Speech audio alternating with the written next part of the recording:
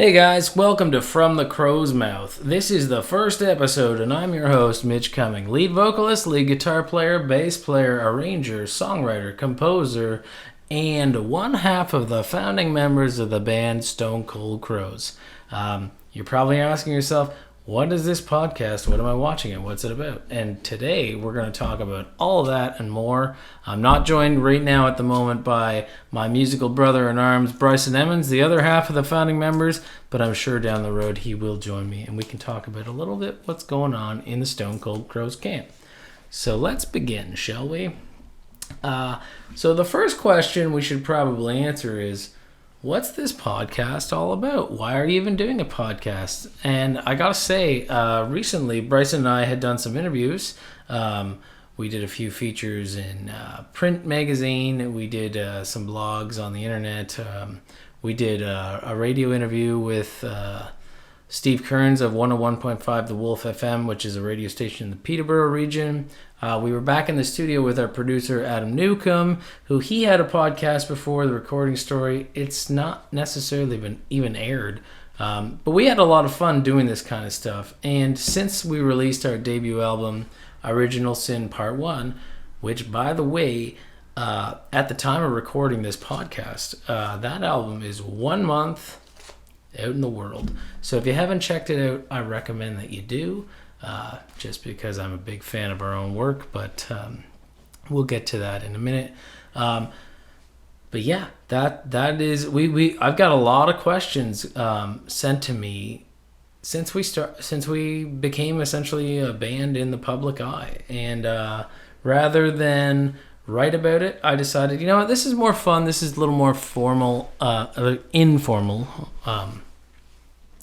And it's a better way to express what's going on. Like some of the questions, for example, how does your songwriting process work?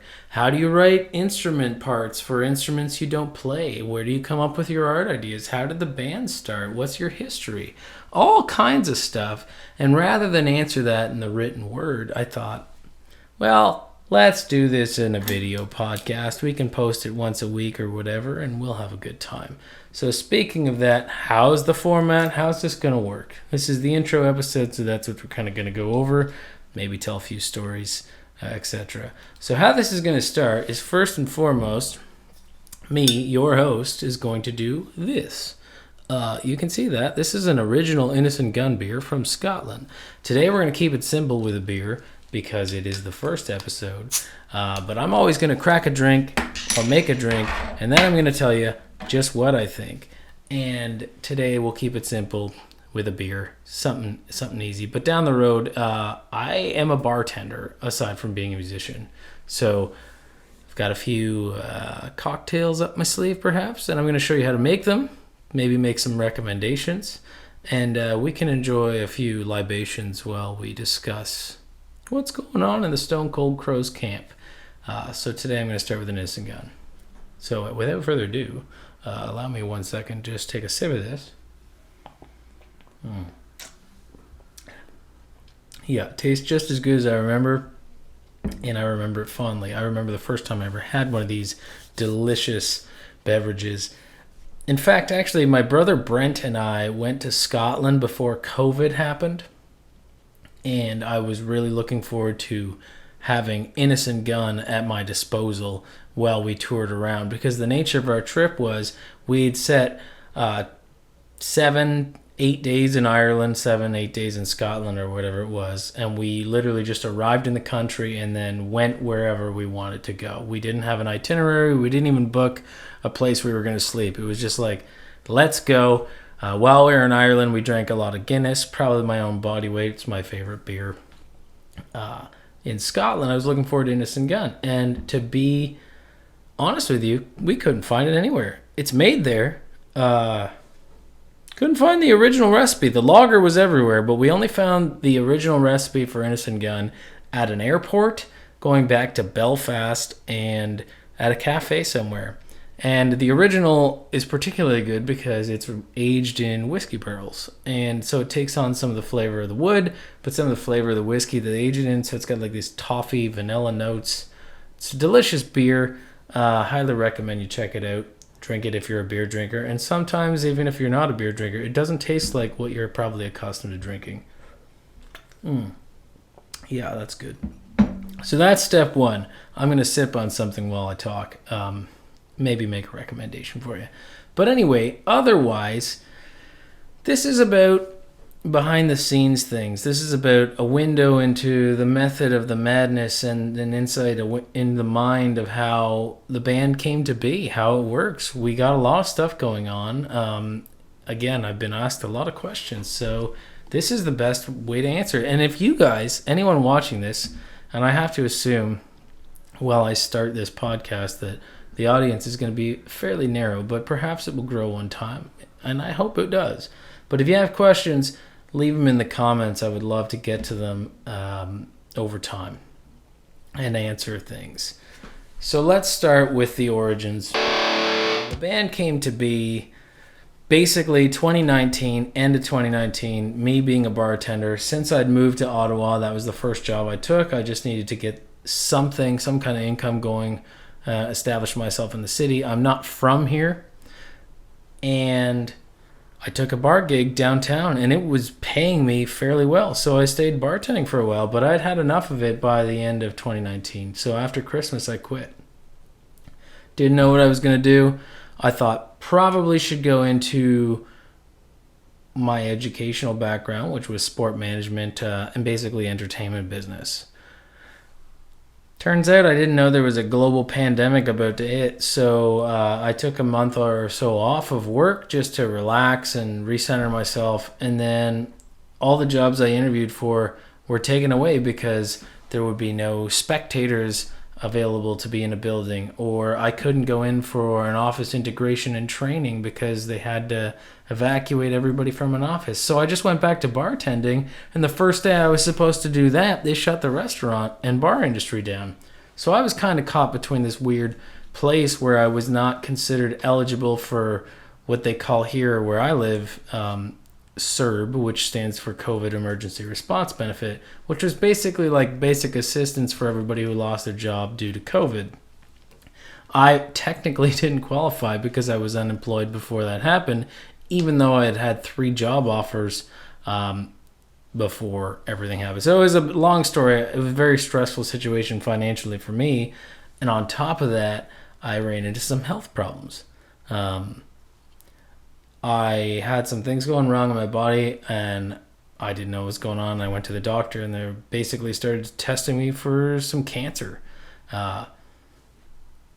And the test took a while, so I'm just sitting, no job, isolated, stuck in my room by myself, not allowed to go anywhere, not allowed to see anybody, just with my own thoughts. And, I mean, knock on wood, hey, guess what? I don't have cancer as far as I know. The test results they're done with, they're good. But it did make me think. And I thought, you know what, I really don't want to go work for some corporation anyway. With the rest of the time that I have, however long that might be, I think, you know, when you don't know how much of it you have left, I thought, well, I'd rather pursue my passion, which has always been music and writing for that matter. So like songwriting to me is still a type of writing. It's like poetry with sound attached to it. So that's what I decided to do.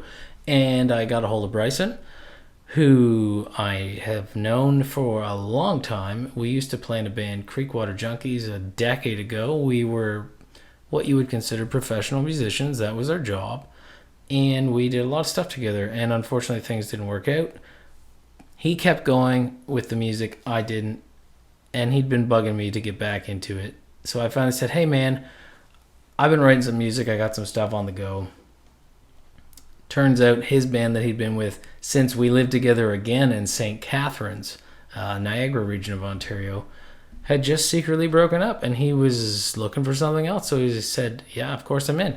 So the project was set. I just knew I couldn't do this by myself.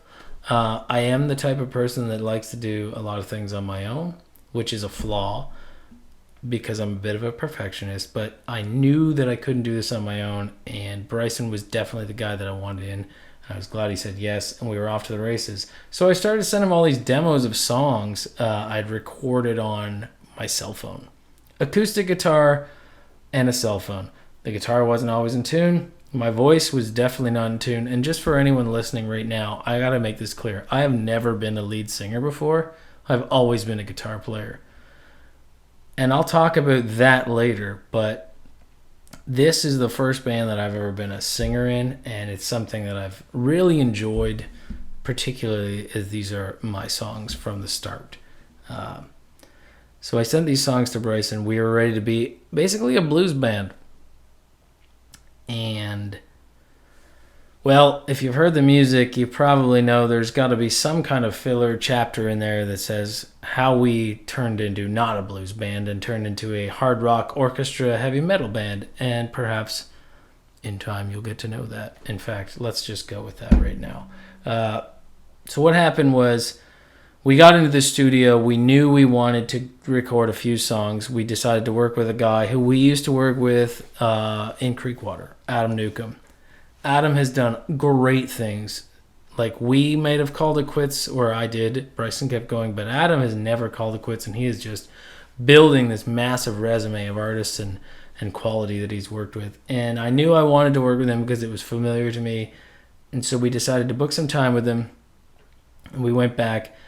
Bryson and I don't even live in the same city, so we'd never played the songs before. We just took a bunch of demos, I think 30-something, into the studio, and the plan was we were going to record a couple of them and see what the world thought of our little project, see what we could put together. We were confident enough in our musical ability that we could make something sound decent. Between him, myself, and Adam's production wizardry and musical ear, we could make it sound good. Turns out, well, COVID thing's still happening, so there's a lockdown on. So we only got 2 tracks cut, but one of those tracks happened to be a song called Before the Devil Knows We're Dead. Not a blues song. We decided to cut it. It was definitely an outlier of all the tracks that I'd sent to the guys. And I will tell you that full story in an episode about that song, because what I would love to do going forward is talk about all the songs on the album and how that works. We will do that. So, long story short there, the band changed. And while we were in the studio, though, we had been thinking about the band name, the band image. Like, we took this seriously from the get-go, and the band image was designed based on an Alice Cooper Greatest Hits cover. I used to have an Alice Cooper Greatest Hits cassette tape when I was a kid because I grew up on classic rock, the stuff that my parents listened to. And Alice Cooper's Greatest Hits had a cover art of just the band dressed in like 1920s gangster stuff. It was a illustration, not a picture, but it always stuck with me, and I thought, this is a rock and roll band. This is like Alice Cooper, like one of the biggest rock bands of the 70s, and they're dressed in suits. And I mean, Kiss did Dress to Kill, and again, suits. And I'm like, well, that stands out. So I always thought that was pretty cool, and for whatever reason, the band name Murderous Crows had been sticking with me. I was reading a lot of Edgar Allan Poe, and I know Edgar Allan Poe is associated with the poem The Raven, but a group of crows is called a murder. So when you combine the idea of like this mafia-looking band and Alice Cooper, and then like crows, it's like, well, a group of crows is called a murder, so it's like a murder of crows. Just imagine a bunch of anthropomorphic crows in gangster suits, like pinstripes and Tommy guns and stuff, and it was like, that's the image we're going to go with. So to be fair, the band was supposed to be called Murderous Crows, and the name came based upon an image, a brand idea, an art direction, because we knew from the get-go that we wanted a strong art direction. One of my favorite bands of all time, Iron Maiden. Eddie, you know, whenever you saw an Iron Maiden t-shirt, like, it was there, it stood out. It was like laundry day at my house was Iron Maiden day growing up. Like, my brother, my sister, myself, like, there was like 30, 40 designs in that friggin' washing machine at every Sunday. And they were all different. They were all different, and I thought, that's what I want. Like, I don't want to just slap my logo on a t-shirt and have that be the band. Like, no, this needs a strong art direction, so that's where it came from. We hired the graphic designer to do the logo, though, and then last minute we found out that the band name Murderous Crows, which is a play, of course, on Murder of Crows, was taken. And so rather than deal with any legality, well, we just decided we got to change our name, but we got to change it quick because somebody out there is being paid to design it. And so we just came up with a list of names, and Stone Cold stuck, and it was just like, Stone Cold Steve Austin came to mind, but Stone Cold came based on just like, well, how else can we describe murder while keeping our art direction with these gangster crows? And actually, over time, I've come to like it a lot better. Rolls off the tongue, SCC, it works perfectly. So there you go. There's a little story about how the band got its name. It just got its name based on an art direction that we designed before the band was even a thing. And that would have still worked with the blues band because I like to write about dark stuff.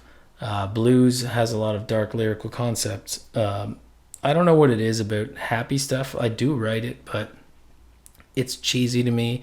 And maybe it's just that Bryce and I are always drawn to the heavier, darker stuff, but it just seemed to go. Anyway, we made the song Before the Devil Knows We're Dead. The band was born. The concept was born. Here we are. Original Sin. We were in the studio. We got cut. Before the Devil Knows We're Dead was one of the 2 songs we recorded. We actually had to go back and redo the first song we did, When the Thunder Comes, because Devil changed the sound so much. And after that, we had to scrap every other song we had, 30 plus demos down the drain, because we were now a hard rock, heavy metal band with an orchestra sound. But you know what? It worked out. And the second time we went back to the studio with new music, we had a lockdown again. And as a result, we recorded an album.